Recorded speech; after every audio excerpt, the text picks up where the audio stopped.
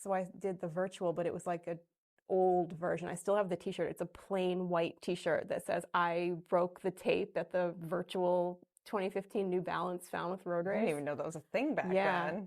Was that like the only year they did a virtual one? I don't know, because that was the only year that I needed to look into it, but it was not what it is now. Now the virtual, you get like this amazing swag box with like the mug and like chalk to make your finish line, and then it was like I didn't know the virtual race came with all these things. Here's your white t-shirt that says I broke the tape at the New Balance Falmouth Road Race Virtual 2015. But yeah, it's come a long way.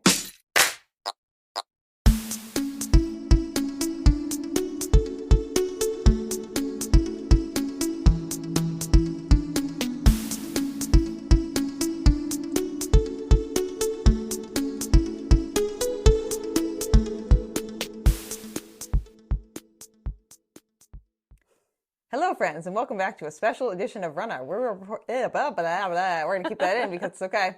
We are reporting to you live from, not live, we're semi-live. I'm really doing really well with words today. It's great. It's fine. It's August. I know. We're getting really close to the crazy time like we were talking about earlier. But friends, welcome back to your favorite local running community. I'm Juliana, and we are here at the Falmouth Running Club office, as you can see by all the lovely swag and merch that is behind us.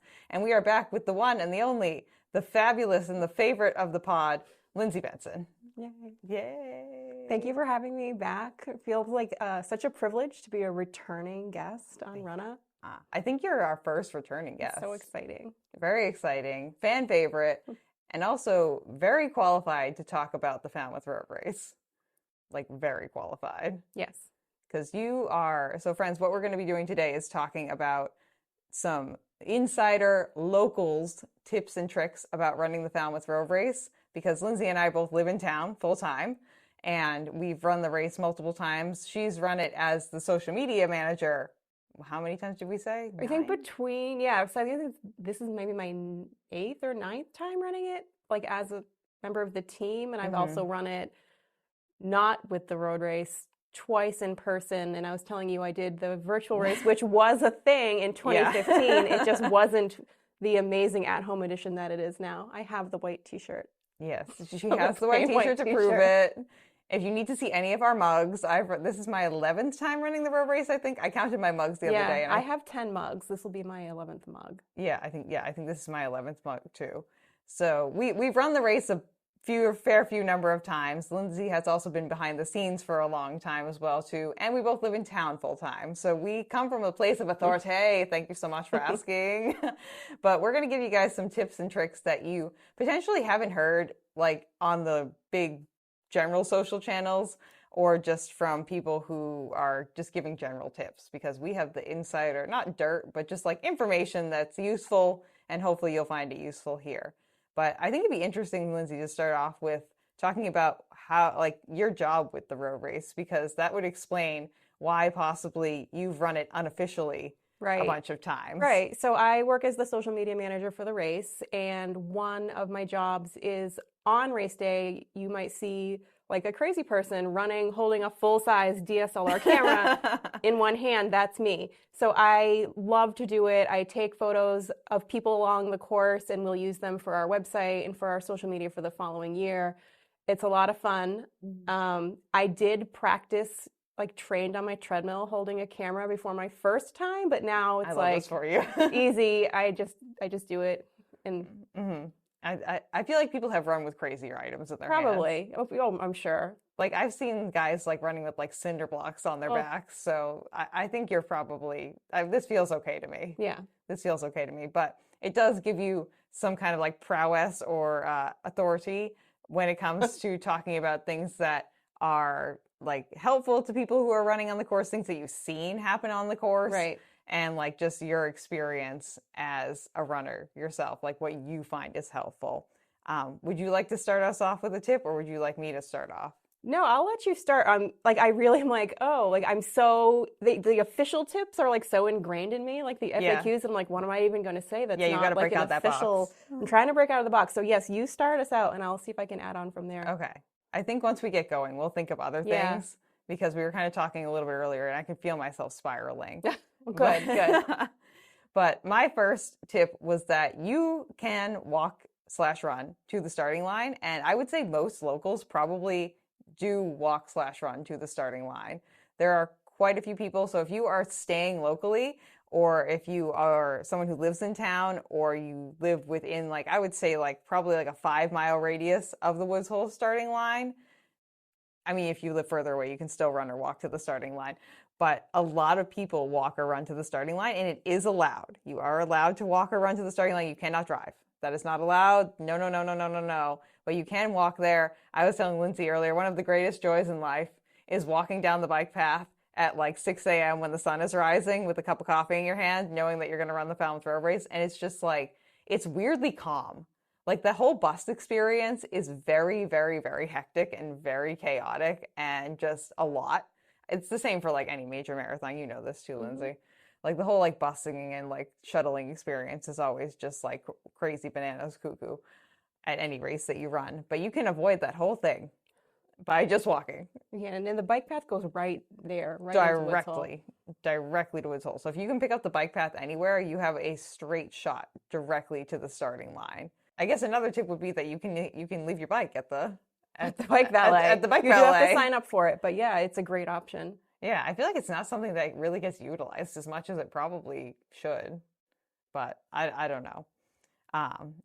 Any tips or tricks that you can think of, Lindsey? Yeah, when you were talking about the craziness of the buses, it actually reminded me. Yes. So you're absolutely right that the buses get wild, but I get there pretty early. So I like to catch the picture of all the buses just lined up down the road. It's such a cool image. And when I get there, and even when I end up getting on the bus, because I'll usually wait and get on with my husband and my kids and whoever's running, it's actually not crowded at all. Like, I know, you know me, I don't like to get up early. No. I'm not an early person. No.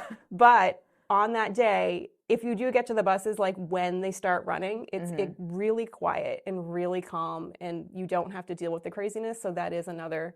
I think that's a really good tip. Yeah. Also, like, I am someone who doesn't like to get up like that early. Like, I'll get up at like 6 or 7, like that's fine. But like 4, don't find me.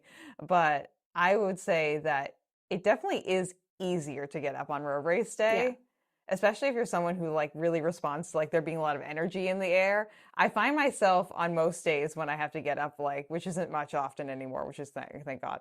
But if I have to get up at 4 a.m., it's like, it's a sludge. It's a slog. It's getting out of bed is really hard. But on road race day, like, you just feel the energy. The whole town is just like a ball of energy. And you're just like, yep, I'm getting up at 4 a.m. Here I am. It's like when you're going on vacation and you have to get up at 3 to go to the airport. But you're excited. Yes, yes. Yeah. So like you can definitely utilize that energy to like get yourself to the first bus. Then you get first dibs of the water and the porta potties. I was going to say the bathrooms. Yes, the bathrooms are so clean. Yes. They won't look that way by the end either. So don't think it's going to keep staying that way. But that would be a good way to like be able to use the restrooms. You are kind of using the restrooms like pretty far ahead of time of the race. But if it makes you feel more comfortable, like that's definitely something you can do. And I don't know if people know, like, there's a lot of stores and like coffee places open down there. So it's not like you're getting to Woods Hole and like sitting, waiting for the race to start. Like, there's so much to do. Last year, my family was upset with me because I didn't have my credit card. And James wanted to go into a store, I think, and buy gum or something. It was like, yes, there's stores open. No, you can't buy anything right now. We really needed gum before we ran the Falmouth Road Race. But they 100%. Are. There's stores and, you know, grab a coffee, grab a snack, grab some breakfast. Yeah, and you can just kind of like sit out if you want to.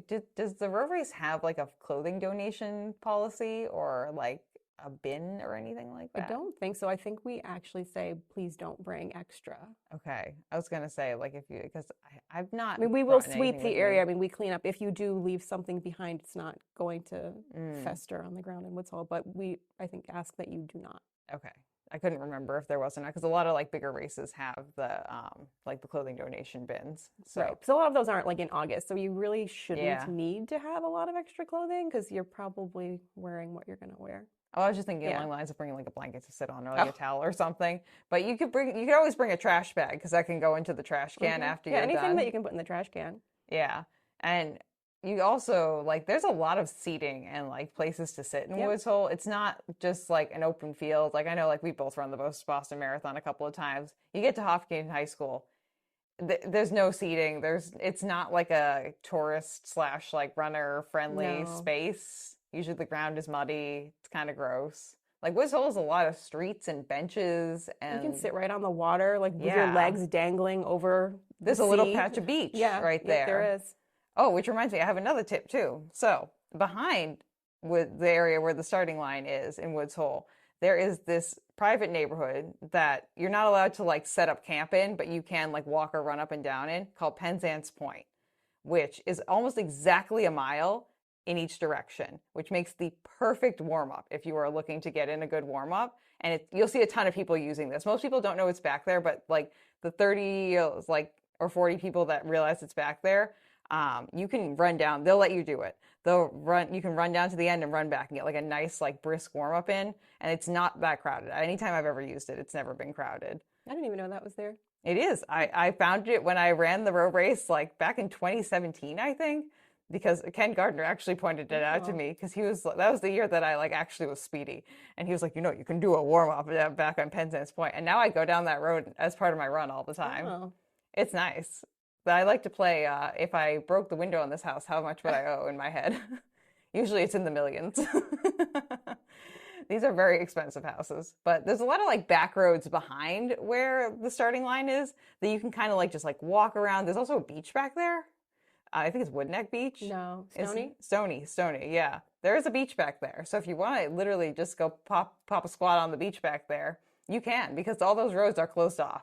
And the regular beach traffic, which is usually not that much traffic at that beach anyway. Yeah, that's a public beach, yeah. Yeah, you can go hang out at the beach. Like you can literally like get on the first bus and just like hang out at the beach for a couple of hours and then run a race and then eat a hot dog and then call it a day. It's a nice time. I'm trying to think if I have any other like starting line tips. Anything else that you've noticed about the starting line that you might want to mention? This isn't like I'm a local, so I know this thing, but like when you're lining up for the start, please go to the right pace corral. Yes, please. Please do that. I don't think people realize like how sardined in you are. And they are marked up on the poles. It's pretty easy to see. It's better to like go a little bit slower than your predicted pace than it is to go with the fast people, because you will either get trampled, or you will cause other people to get trampled, or you cause other people to get hurt because they are tripping over you or you're tripping over them, and it's not worth it. Mm-hmm. Your pride is not worth it. Like, we appreciate the effort. We appreciate like that you think that you are fast, and like we believe in you, but don't do that. I think that's a really good tip, Lindsay. Again, yeah, not an insider tip more or less, but a nice like reminder. They are marked. Go find your pace. And yeah, it's not as strict as like Boston where they like give you waves, but like we want to trust people. Yeah, I think that's self-seed honestly. Yes. Genuinely. Yes. Make sure that you are not going to get run over by someone else or cause someone else to like trip and fall and get hurt. Yes. Because the beginning is a little bit congested and yeah, it opens up by like mile 3. Mile 3 is when you hit Surf Drive Beach and you kind of realize that yes, you will be turning into a fried egg on the sidewalk today. That's my favorite part, though. That's my favorite part, too. If people love it or hate it, but I love Surf Drive. I don't mind the heat, though. No, me neither. I'm also like I do better in the heat than I do in the cold. Mm-hmm. And so like I hit Surf Drive, and that's when like most of the people start to peter off and start like, if you were questioning whether you were going to walk or not, this is where you start walking. And then everyone else is like off the street, and I'm just like, yes, I have the whole street open to myself. Everyone is cheering for me because there's no one else. Everyone else is just walking. And we will also note too, this is not like an insider tip. If you are going to walk on the course, please walk to the side. Please go to the side of the course. So that way the people who are like moving speedier can just go through the middle. And then our more party pace friends can move to the side. Right. Just, again, this is safety. And likewise, that reminds me, again, not a local thing, but just a courtesy thing. If you're not stopping at the water stop, stay in the middle. Yes. So people can slow down. Yes. And also, like, you're allowed to also, like, signal to the water stop people that you don't want water. Like, if they try and shove it in your face, you can be like, no, thank you. Like, you can let them know. You don't have to just, like, keep going and, like, plow through them. If one of them sees that you're turning it away and, like, can hear you, usually the other people will also get the note. And they'll just, like, not offer you water, too. I'm not a water drinker at this race, so I agree. They don't push it on you. Yeah. You just have to just be like, no. And then they'll be like, oh, okay, great. And don't be a jerk. We don't need to be a jerk. Like, it's not needed. Mm-mm. But yeah, Surfside Beach is my favorite spot too. Definitely, like when you get to the beach, look around. I will say, my only like major problem with this race is that you can't really see some of the sights because there's so big of a crowd, which is not really a problem. But people are like, yeah, the beach is so beautiful. I'm like, you didn't really see much of the beach though, because like the beach when everyone is there on like miles like 3 through like 5-ish, it feels so different than it does like if we were out there right now when there's not a huge crowd. Yeah.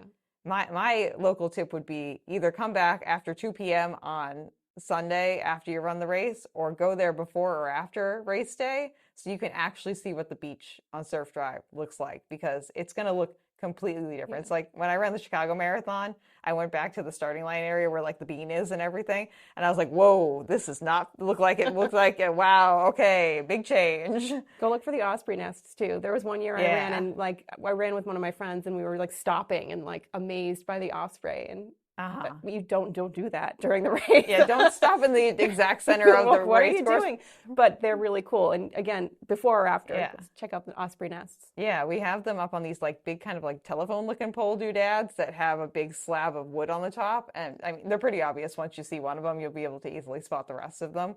But that's definitely something to take in as well, Really too. cool.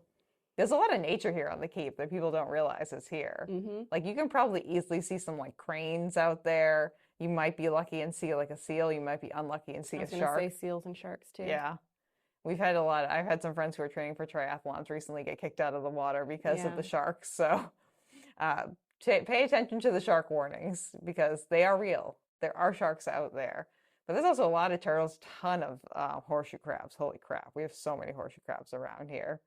And I guess another insider tip, which isn't really a super insider tip, is you can take the shells and the rocks off the beaches as souvenirs if you'd like. Yeah. Also, there are painted rocks and shells that are just like kind of strewn about the town of Falmouth. I found one like a month ago from Cape Cod Shells. It's gorgeous. I found one too. Yeah, I found one actually at the right next to the Surfside beach house. It had like a starfish painted on it. I found mine in the Falmouth Road Race finish line garden. Oh, yeah. On the bench, yep. Yeah, people will leave those, and then also like the Kindness Rock Project leaves like a lot of these like really wonderful painted rocks all around town. And the purpose of those is to like bring joy to you. So if you feel like it's fine to leave the rocks there and to leave, like if you find one of those like shells, you can leave it for the next person. But the point of that is to just spread a little bit of joy. So if you come across a rock that has a fun painting on it and it brings you joy, take it home with you, you know? And hopefully it can continue to bring you joy. But you can take those rocks and those shells specifically, but also just like general rocks and shells that are out on the beach, and sea glass. Sea glass is fun. Yeah, we have so many jars of sea glass at my house. Yep. Yeah, you too can create your own Cape Cod memorabilia for a very low price of probably free plus whatever container you're going to put it in. So I wouldn't advise upon like, unless you have like a giant backpack that like you want to carry rocks in, I wouldn't advise stopping and picking up rocks while you're running. Well, you shouldn't. Yeah, don't run with a backpack of rocks. Yeah, don't. I don't know why you would ever do that. That would be if you really hate yourself. Be like, I will be picking up rocks and I will put them in there. It will be very uncomfortable and it will be extremely heavy. And every time I move, it will go boom, boom, boom. Just imagine the noise from that too. Just like all little rocks, like just like 500 like teeny tiny rocks in someone's like running backpack. I don't know if that's exactly the move, but are backpacks allowed? I don't think they're even allowed. No, I thought you were talking about at this point, like before or after, if they're sightseeing. But I mean, no backpacks allowed. So definitely don't consider it during the race. But even after, if you're going back to see the sights, probably running with a backpack full of rocks after you finish the race sounds like a weird form of torture. If you end up running with a backpack full of rocks, please DM me on the Runnah like Instagram. You are next on the show. I will have you I will find you. I'll bring my camera out. We will record like a real-time interview with you how it felt to run with rocks in your backpack. It's found with rocks specifically, you know. But yeah, you can take those kinds of souvenirs with you if you're looking to like take things. Once in a while we'll find like starfish and like the bigger shells and like sand dollars here, but that's not as common as like the shells and the rocks. Rocks are like a pretty popular item here in Falmouth. Definitely keep an eye out for the people with the with the hoses. Mm-hmm. There are many hoses. There's one that's down usually right around the Surf Drive Beach House. You take that corner, there's usually a guy with the hose there. There's one in Woods Hole when you're going through the hills. He's Oh, yes. on your left. Mm-hmm. I think there's a couple on Surf Drive Beach. There are. For sure. There's one. Scranton Ave. There's at least Yep. one. Yep. There's at least one person like coming around the corner of Scranton towards the half shell as well too. I think like once you hit the half shell, there's not any more water spewing hoses. I remembering correctly, and if it stays consistent to how it has in other years, because I mean, I think technically, if you're on your own lawn and it's your own hose, you can just spray water into the road. So someone else could decide to do that this year if they'd like to. But usually there's a few people who like consistently do it every single year. There's also going to be a crushed ice station. I saw that, which is really cool. So Snow and Jones is a new sponsor, and they're sponsoring that. And when I heard about it, I immediately thought of like my own kids who are running. My son Finn's running his first one, and it's like, oh my gosh, they're going to absolutely love this. Is it like flavored crushed ice, or no, is it I think just it's like crushed ice? But like, don't take that as the final word. I haven't seen it yet, but I mean, it's just no matter what, it sounds incredibly cool. I'm just imagining everyone past, because it's at the Surf Drive Beach House, right? Everyone past that point just like running with an ice cone in their hand. Just like... I thought it was more like just like little bits of ice, but I don't know. I don't know what it is yet, but that's a good idea. Because like water's hard. Like if you're running, it's hard to drink water, but you could like pop some ice. I was just thinking to like throw on myself or like put in a too. hat even. That would be nice. I usually, at least one point, I end up throwing a glass of water on myself. My kids do that too, yeah. Yeah, which also could be a tip too. You can take the water and throw it on yourself. Your head, yeah. Chest, arms, head, face, whatever. But, you know, you got some swamp ass happening, throw some water on that bad boy. You can do that afterwards too, actually.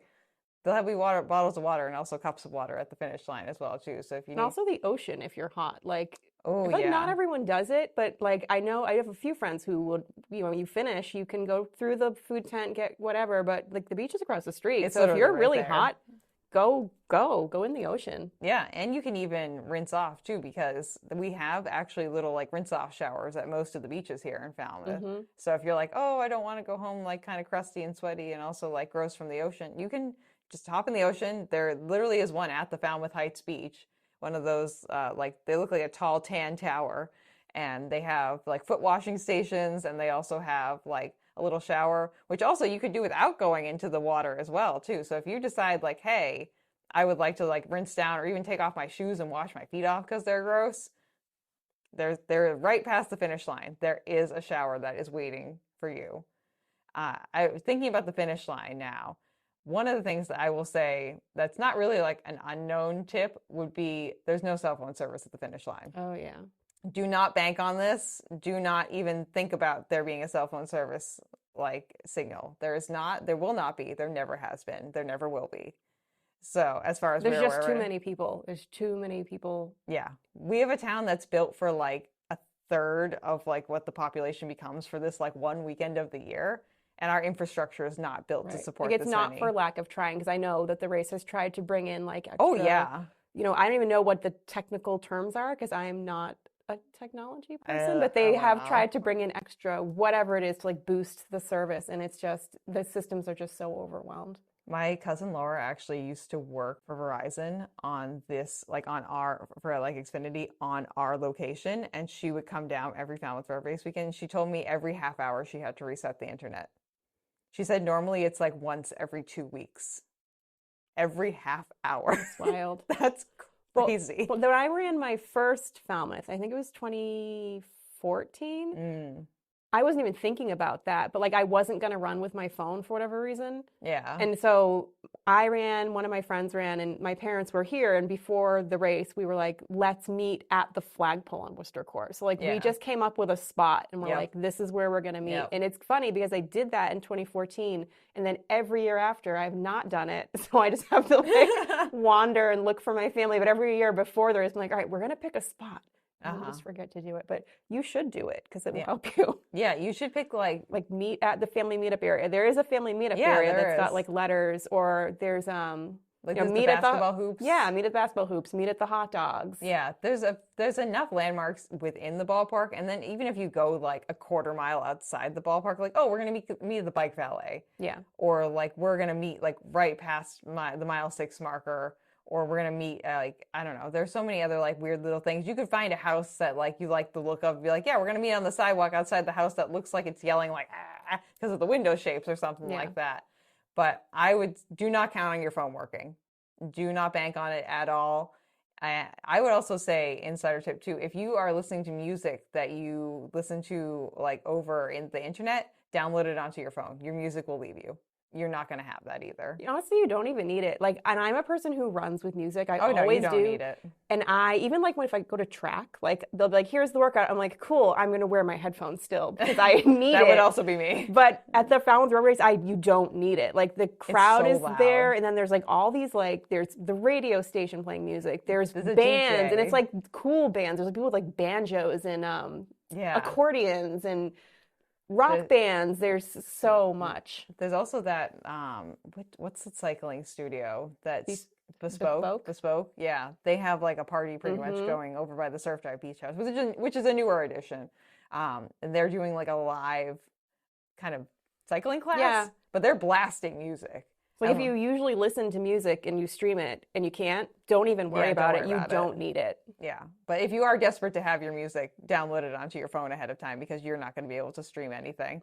Like, or if you need anything else, any other like emergency contact information, things like that, phone numbers, like anything you need, download it onto your phone, like so you don't need internet to access it because you will not be using the internet until you get back to your hotel, potentially as long as it's outside of within like a 1 mile radius of the ball field. I don't know about you guys, but because we live like semi close to where the finish line is, I usually lose internet usually after like 2 or 3 in the afternoon, I get my internet back. See, we live really close to it. We don't lose internet. But yeah, definitely anything you need, download onto your phone ahead of time. And yeah, you definitely don't. That's a great tip too, Lindsay. You definitely don't need music. Well, you just reminded me of another tip. So it's crazy trying to get out of Falmouth Sunday, right? Yes. And you were just talking about people are coming to the restaurants. Go to the restaurants. Like, take your time because you're going to be in traffic if you try to just head right out of town. There's so many great restaurants here. Yeah. Go get lunch, nice cold drinks.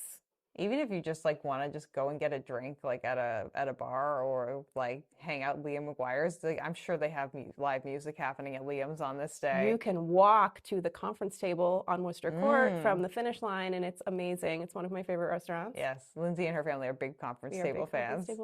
Yes, but there's a ton of other places too that have like there's the pier. There are a few places that are like literally right there, or you could actually Shipwreck you probably can't. Well, they have the post race party. You can go to the post race party. Oh, you can go to the post. Oh yeah, you have to big post race party. Oh yeah, you have to have what's the deal with? I went last year because I was part of the A6 team, so I don't know what the rules and regulations are for getting into the post race party. You just like pay a fee and then you can get in.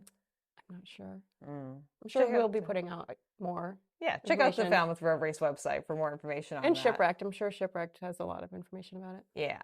And that's a fun place too, just to go right on the beach. Like literally, you cross the finish line and you're like, "There's Shipwrecked. I'm already here." Yeah, if you are gonna stay, I wouldn't recommend it the day before the road race because it's gonna be packed. But I would recommend it the day after the road race because everyone's gonna leave, and then you can go enjoy like the big open windows and the really like very direct access to views of the beach. You are right there.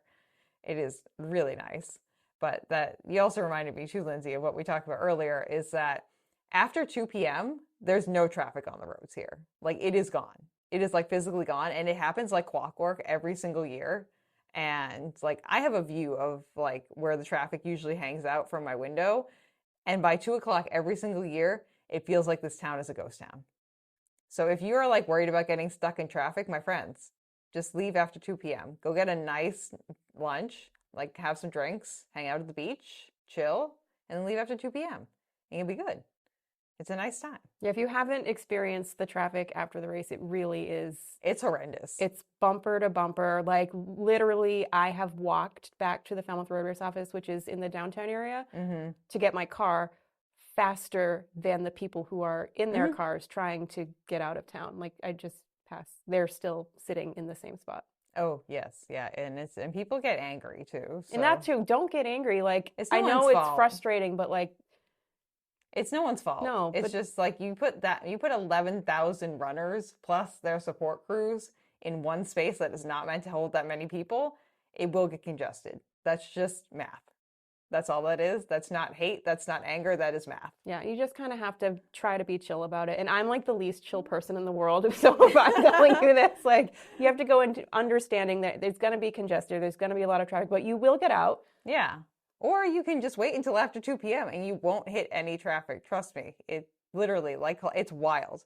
It also, like, it's crazy. If you're going to stay that late, go and check out the finish line area after that time frame too, because, like, snaps and kudos to the Falmouth Road Race team.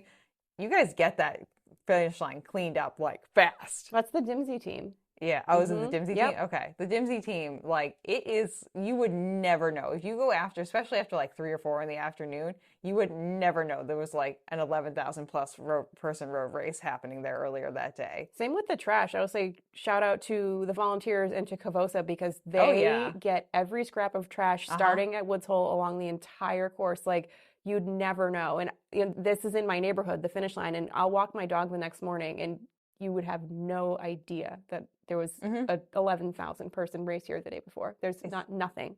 I feel like if anything, it's cleaner than it was beforehand. Probably. Yeah. Because they clean up the trash that was left by the runners, plus then all the tourists who decided that that was a good place to discard their cups and stuff, you know? Yes. So yeah, they're shout out to them too, because they are very efficient at like cleaning up everything.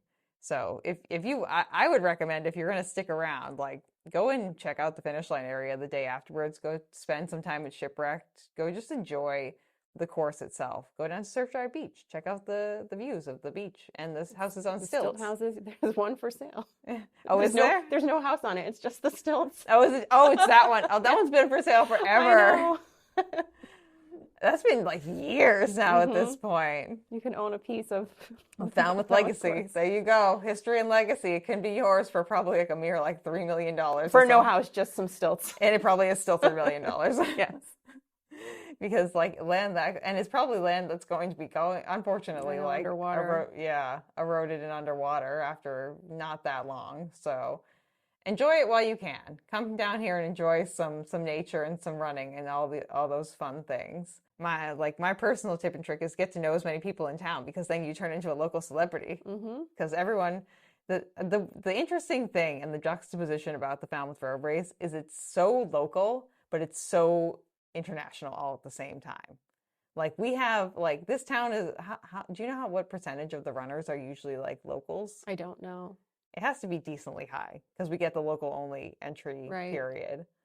But and most of the volunteers also are locals as well too. So like we'll just throw estimates out there. Somewhere around 50% I would estimate are probably between the volunteers and the runners, like some format of a local human being who lives either in Falmouth or like on the Cape. And like if you know people, like people, those are the people who come out and cheer too. So like I run down the street and I have all these people cheering for me and people are like, wow, you must be a celebrity. I'm like, no, that's my neighbor. That's the guy from Shaw's. This is like, it's just like people know you because you live in town. And that's like the joy of it too. Like you pass by like a sports team and like everyone on the sports team knows you because like I've coached one of the girls there from the Girls on the Run, or like one of your kids is on that sports team. And so like all of a sudden you have like the mile 3 water stop cheering for you, like, yeah, Miss Benson. And yeah, I mean, insider tip, become friends with everyone in town, but then you can get cheered for by everyone. But it definitely is like a really fun race to run if you are someone who is local to the area.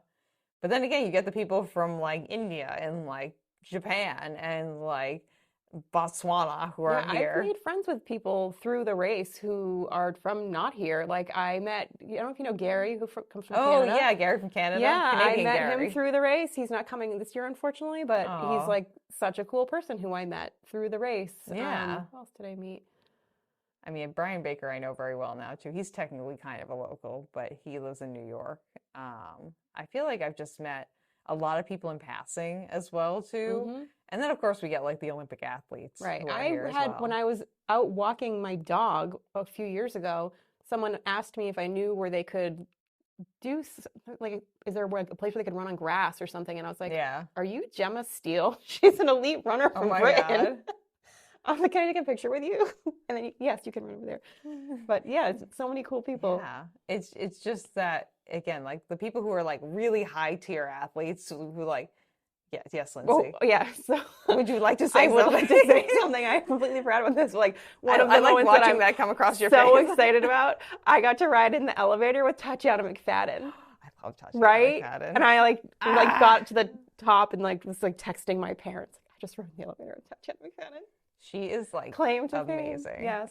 I'm so excited. Well, this year we had the 50th running Yes, of the wheelchair division, So cool. which is going to be a lot of fun. Friends, look forward to. I have 2 interviews coming to you from wheelchair athletes that are going to be competing in the road race. We'll get them pre-athletes. Are you allowed to say that? I can't remember their name. I think it's Herm Gardlick, I think is his last name, and I think the other man's name is Ian potentially. Matt hooked me up with them. Yeah. Just because I'm going to be doing 4 live episodes of Runnah at the expo. Oh, cool. So I was able to secure in them. I have them, a charity runner for Well Strong, and Brian Baker, who this is his 43rd consecutive Falmouth. Thank you so much for asking.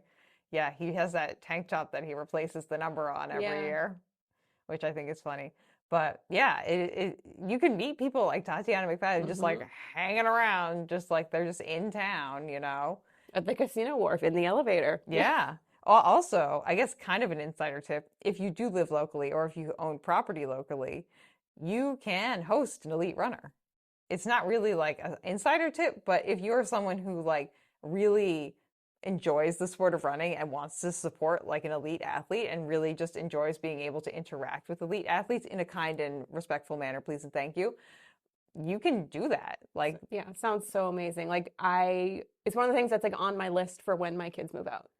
If I ever get like a house that has more or an apartment that has more than 1 bedroom, like I'm fine with like sleeping like with someone else in my apartment, but I just feel bad like because I pretty much have like a studio, so it's like mostly like one big room, and I'm just like, okay, if I was an elite athlete, I would probably want some privacy the night before. I wouldn't want this girl to be like watching her YouTube videos and like singing to herself the whole time, like that I'm trying to like get in the zone and like possibly win money at this serious race. So.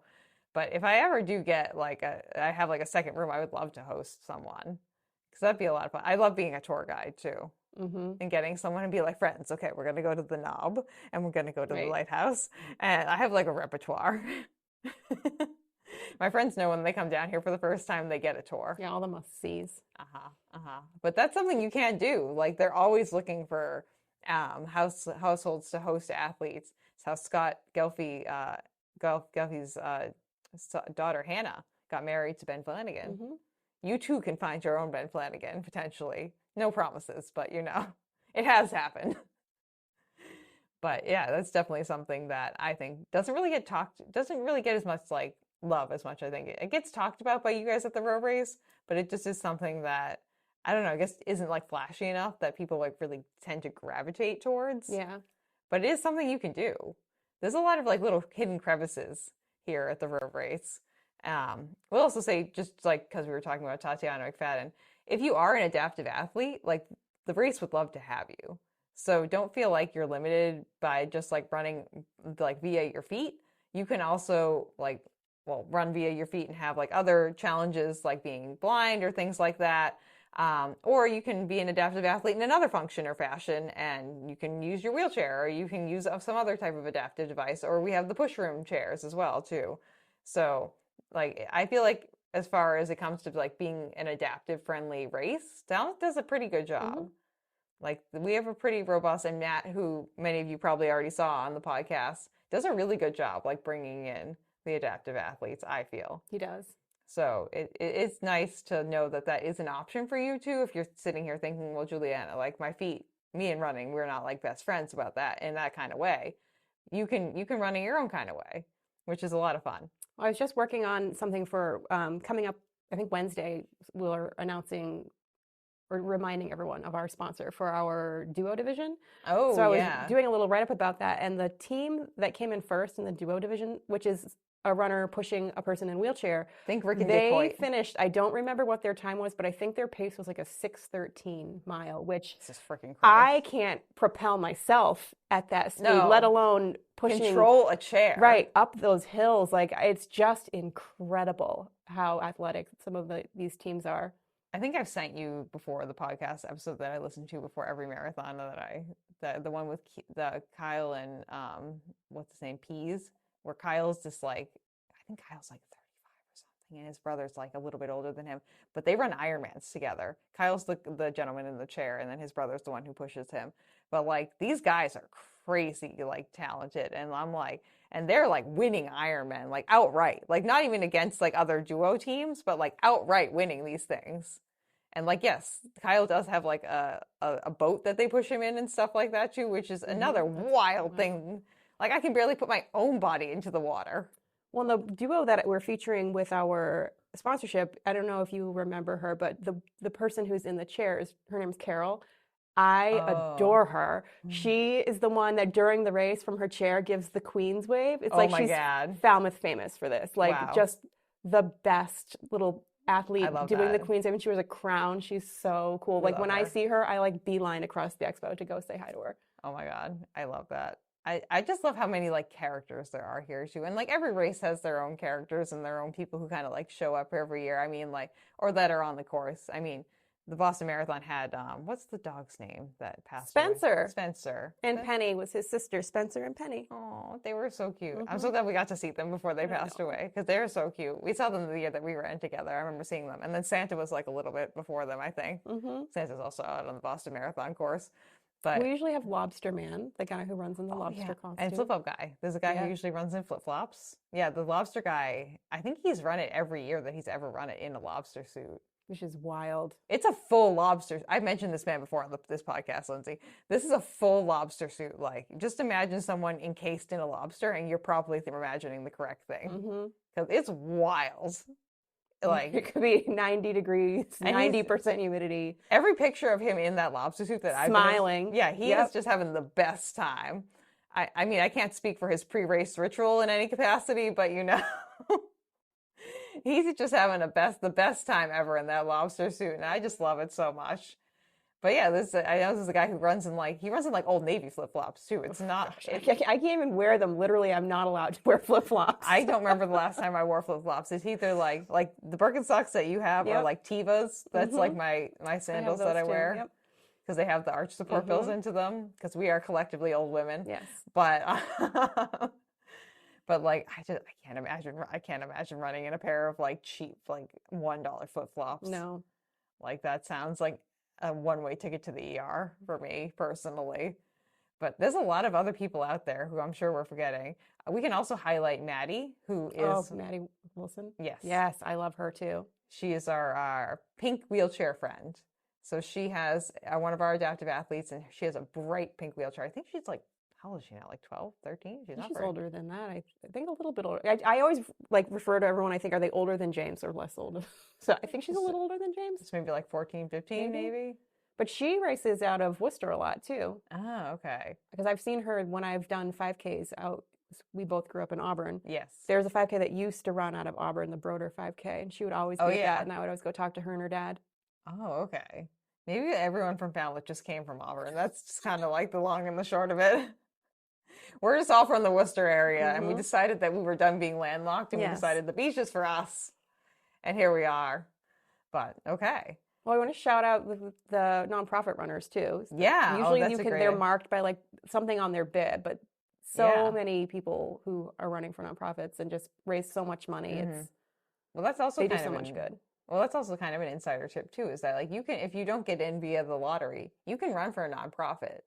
And it's really not that much fundraising usually. No, not compared to, I think when people think of running for a charity, they think of like the majors and like, oh my gosh, I can't raise $10,000. Well, can you raise like 500? 1,000?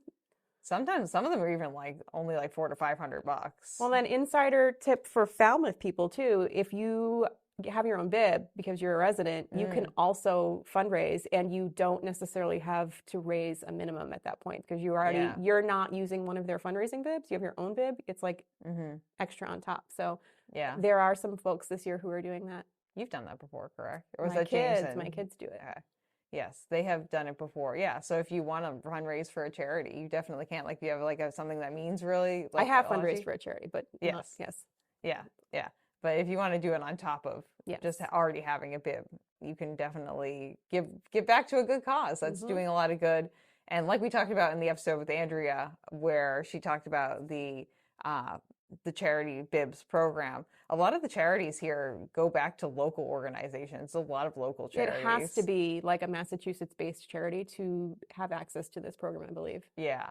Well, I mean, even just like hyper-local. Like yeah, definitely. And like within Falmouth, like, yes. Sorry, by local, I meant like inside Falmouth, but yes, like Massachusetts, but like a lot of it just directly goes back into our community. Like the Falmouth Road Race is a community-driven, but also community-supporting event. So by giving back to a charity, you're largely helping other people who live in the community, which is really great.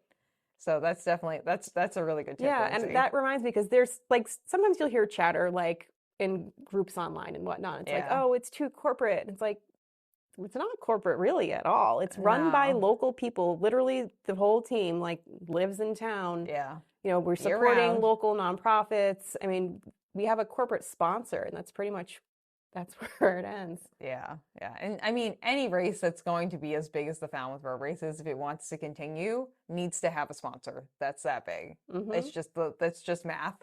That's just how it works. I mean, we love working with Shipwrecked at the Cape Cod Marathon, but we have to have someone who's sponsoring us. Right. It's the only way we're going to function. And again, like, shout out to Shipwrecked for not only working with the road race, but working with the marathon. We love Alex, so it's a nice time.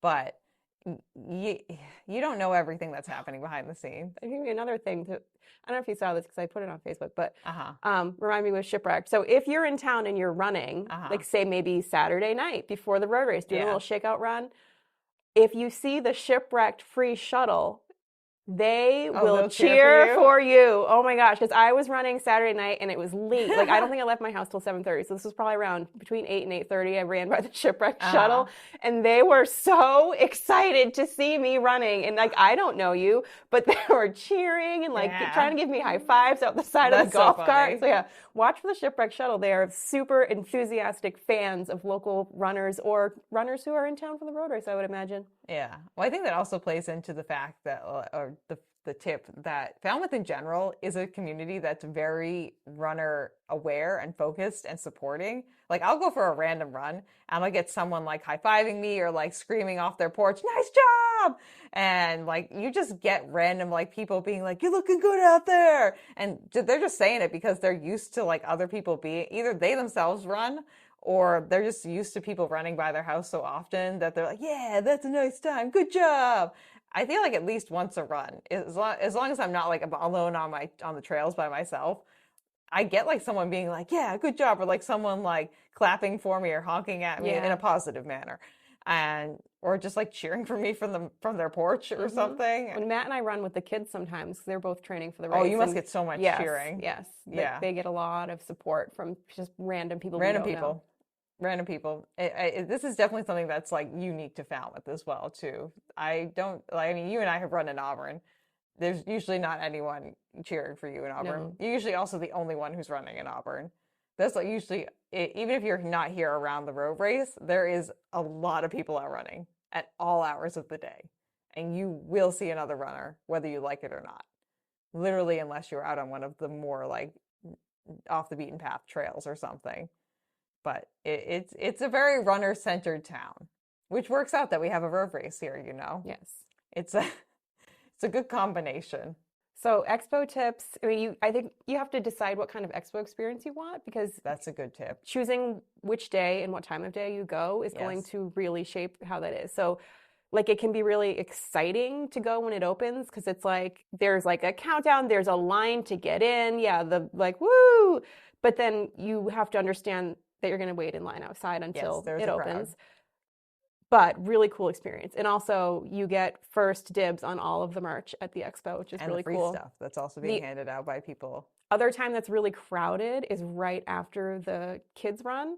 Tends to be really crowded, gets really congested. If you choose to come right in from the kids run and come to the expo, you just have to be patient, because it's a really popular time. But if you wait, an hour later, you're fine. Totally chill. Yep. Yeah. I will put that disclaimer on all day Saturday as well too. Saturday is definitely the most popular day for people to come and pick up their bibs. And honestly, I mean, if you want an easy experience picking up your bib, go like 1 hour after it opens on Thursday night, yeah. because there is no one there. People come for the initial like opening. Yeah, so exciting. And then they're slows gone. down.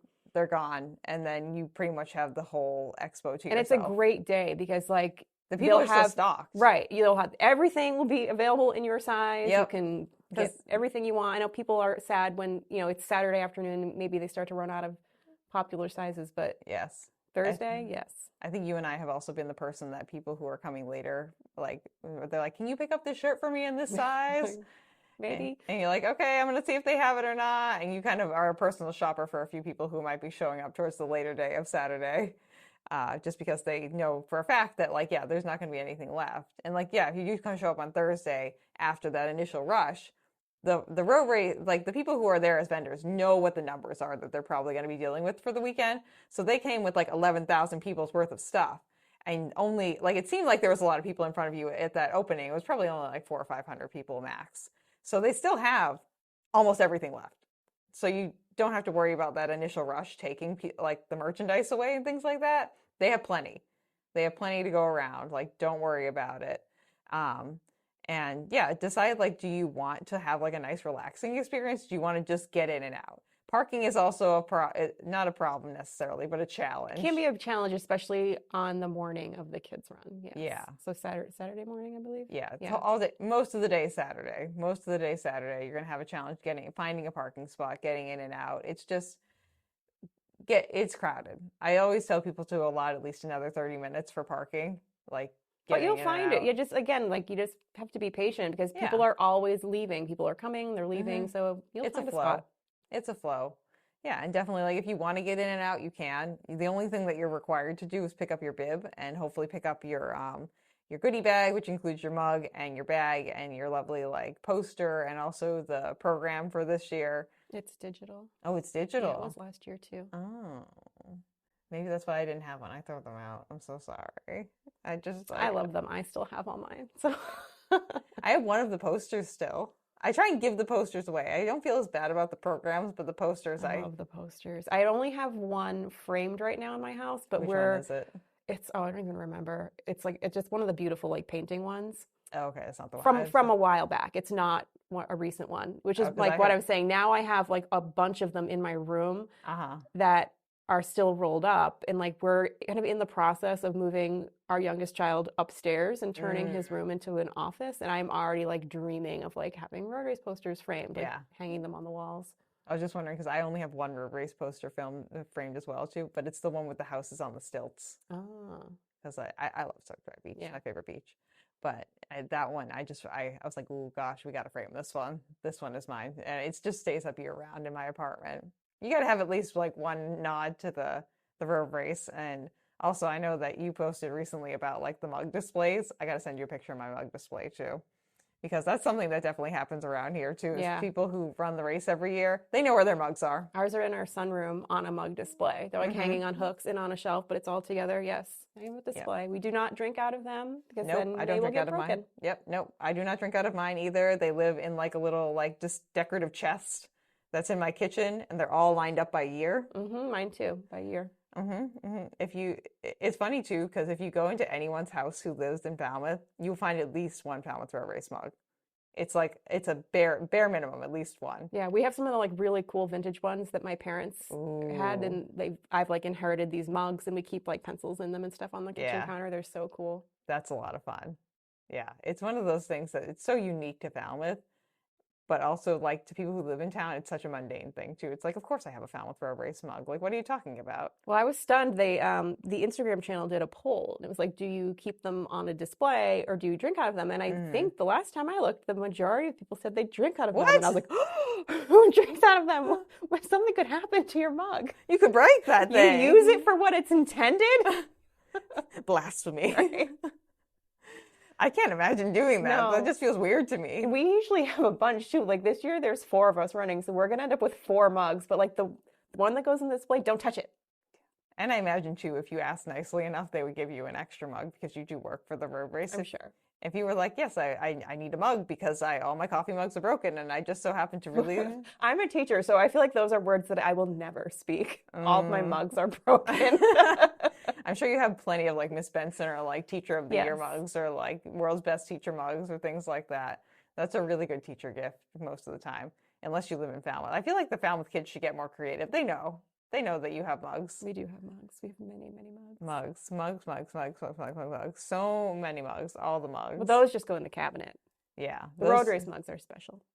They are very special. Yeah. Before we drift too far off the expo, though, I did want to add one thing. Yes. Like, the race is not bluffing when they say you need to pick up your bib at the expo. Yes. Yeah. There's no bib pickup at the start line. Nope. And absolutely none. They don't bring the bibs there. There is no one in charge of that. If you don't pick up your bib at the expo, you are not running. It gets put in a box on a truck and is taken away. And I feel really bad. And I receive some of the messages from people, and there's, stories, and I feel bad for them. Like, something happened, but we don't have them. Like, there's literally nothing I can do to help you because they are packed up. We do not have them at the race. So please either come to the expo and get your bib or make arrangements with someone. You can have someone else pick up your number. They just have to have a picture of your license. So you don't physically have to pick up the number, but you have to have someone else at least physically pick it up. And I'm sure if you ask nice enough, you can probably find someone who will do that for you. Yeah, people have asked on the road race post, and I've been like, go to Fabulous Falmouth or the Falmouth Running Club group. Reach out, see, maybe someone will be willing to help you. I mean, if I'm friendly folks, genuinely, if I'm at the expo and like, I'll probably be there a good chunk this year because of all the FCTV stuff I'm doing, I'll pick up your number for you if you're nice enough to me. Like, I don't have a problem with that. It's not a big deal, but like, there's no way. And please, friends, I know we've talked about this before on this podcast. Do not run as a bandit. No, it is a safety concern. Or take someone's bib. It's safety things. We need to know the number of people who are out there. We need to know who is out there. If we pull you off the course and we scan your bib and it says that you have a peanut allergy, you're allergic to this, these are the medications that you take, and then you're not that person. Or even just your emergency contact. Like, if you're running with someone else's emergency contact. And we call them and they're like, I don't know this person. Or like they call, like, you're knocked out or whatever, and they call like your best friend's mom, and your best friend's mom is like in a panic now because it's saying that your best friend like is now passed out in the med tent, and they show up and they're like, that's not my kid. Like, that it's a safety thing, friends. And it messes up the results. Everyone's very anxious for the results and like, how did I do in my age group? And if you're running with your grandma's bib, it's screwing up everyone's results. Yeah, it messes up everything else. It just makes it so it's just harder on everyone else, and it's harder on you if you actually ended up needing any kind of help on the course, medical help, non-medical help. It just makes it harder to identify who you are. Just don't do that. It's not safe. It's a safety concern. They do check it too. They do watch who crosses the finish, and like if it they will clock you, they will punish you. Yeah, you won't get a number next year if you do this year. Like, have fun running it under that person's name if you do, because you're probably not coming back next year. You're just probably not. But on the naughty list. Yes, you are on the naughty list. I think we did a pretty exhaustive list. I feel like that was pretty good. I feel like anyone who like consumes your social media posts as the road race and also has read the handbook or like has perused around the website for the road race and also consumes this, I feel like you're going to have a pretty well-informed and good Falmouth road race. Yes, and the day before and after, where you're going to go see Surf Drive and eat at all of these restaurants. Yeah, you're going to really enjoy like the conference table and Shipwrecked, and like just maybe enjoy some nice like beach time on Stony whatever, Stony Beach. Stony Beach. I was going to call it Stony Brook Beach. Beforehand, do a nice warm up on Penzance Point, and then have a nice day. It's going to be a nice day. It's a fun time. Falmouth is fun. We go back and we do it every year because we enjoy it. Right. Because it's a lot of fun. So, okay. Do you have any new shoes you'd like to shout out, Lindsay? We can do what shoe do you choose to use if you have a shoe. I I am only allowed to run in one shoe because I'm a That's why I'm severe asking you the overpronator, piano. to the point that I had to go to the orthopedic doctor this spring because I was like, something's wrong. Like, I'm not hurt, but something's wrong. And he was like, you overpronate so severely and more on your left side that your left leg is now longer than your right leg. Oh no. So anyways, I'm only allowed to run in the Asics Gel Cano, and it's a fabulous shoe for me. And we give a snaps and we give a shout out to the Asics team as well too, because they are supporting the road race.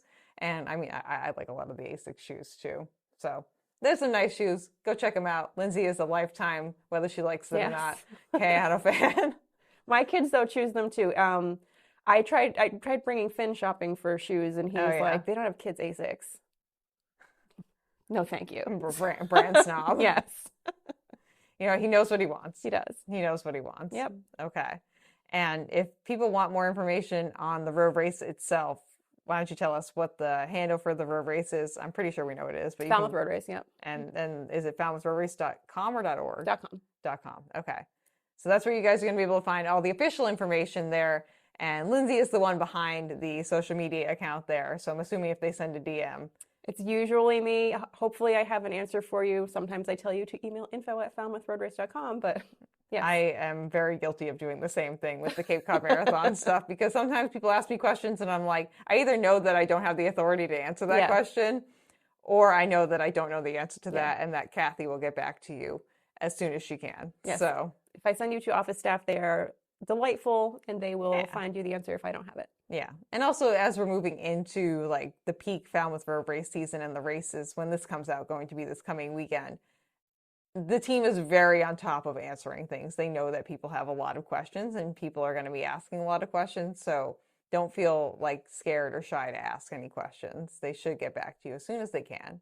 And if there's a little bit of delay, they're probably busy doing something related to the race. So they'll get back to you. Yes. No worries. But friends, that's where we're going to end this tips and tricks episode. So thank you so much for joining us here in your favorite local running community over at Runnah. You can join us over on Instagram at RunnahPod. And if you have any questions, concerns, queries, thoughts, feelings, anything, for me, that's runnahpod@gmail.com. And we will see you guys on the next episode of Runnah. And good luck at the Falmouth Road Race. You're going to do great. Woo! Yay! And that's the end, Lindsey. All right. Nice. Thank you for listening to this episode of Runnah. This podcast is edited, hosted, and produced by me, Juliana Coughlin. Brought to you in part by the Falmouth Running Club and the Falmouth Community TV station. If you'd like to connect with us, you can find us on Instagram and on TikTok at RunnahPod. And you can send us an email at runnahpod@gmail.com. And our original theme music was brought to you by the one and the only wonderful Jeffrey Hutton. And keep up the great work. I'm proud of you.